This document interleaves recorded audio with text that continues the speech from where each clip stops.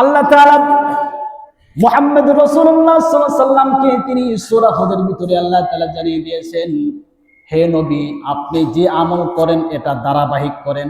কি করেন? যে আমল করবেন এটা ধারাবাহিক আমল করার চেষ্টা করেন।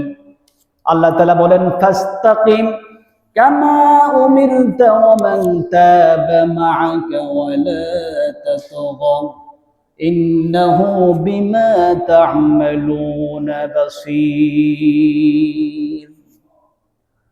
আল্লাহ সুবহানাহু ওয়া তাআলা সূরা হুদের ভিতরে এরশাদ করেছেন, হে নবী, ফাস্তাকিম কামা উমিরতা, আপনাকে যেটা আদেশ করা হয়েছে, যার প্রতি, যে আমলের প্রতি আপনি ওই আমলের প্রতি অটল অবিচল থাকা, এটা আপনার জন্য কর্তব্য, আবশ্যক।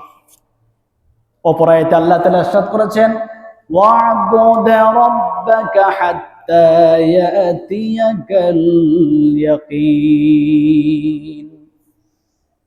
হে মুহাম্মদ রাসূলুল্লাহ সাল্লাল্লাহু আলাইহি ওয়াসাল্লাম, আপনি নেক আমল করেন, এটা শুধু একদিন নয়, 2 দিন নয়।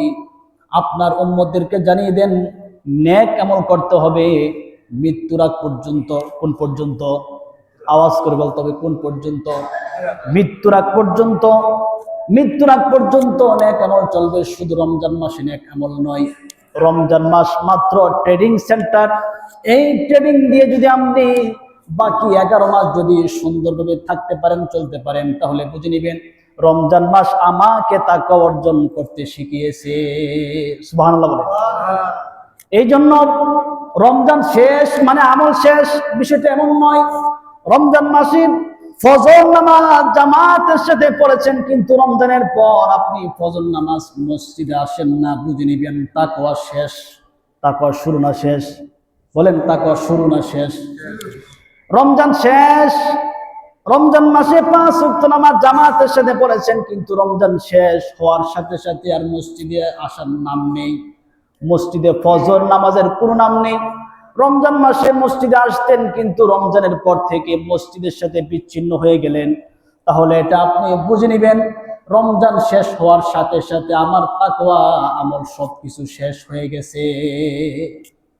তাহলে এর অর্থ হলো আপনি রমজান মাসে শুধু না খেয়ে ছিলেন, এটা সাব্যস্ত হলো। রাসূল পাক সাল্লাল্লাহু আলাইহি ওয়াসাল্লাম ইরশাদ করেছেন, রমজানের পর থেকে যাদের আমল রমজানের মতো থাকবে না, বুঝে নেবেন অবশ্যই অবশ্যই বুঝতে হবে। রাসূল পাক সাল্লাল্লাহু আলাইহি ওয়াসাল্লাম ইরশাদ করেছেন, বুঝতে হবে তুমি শুধু রমজান মাসে না খেয়ে থেকেছো, এটাই তোমার আমল ছিল।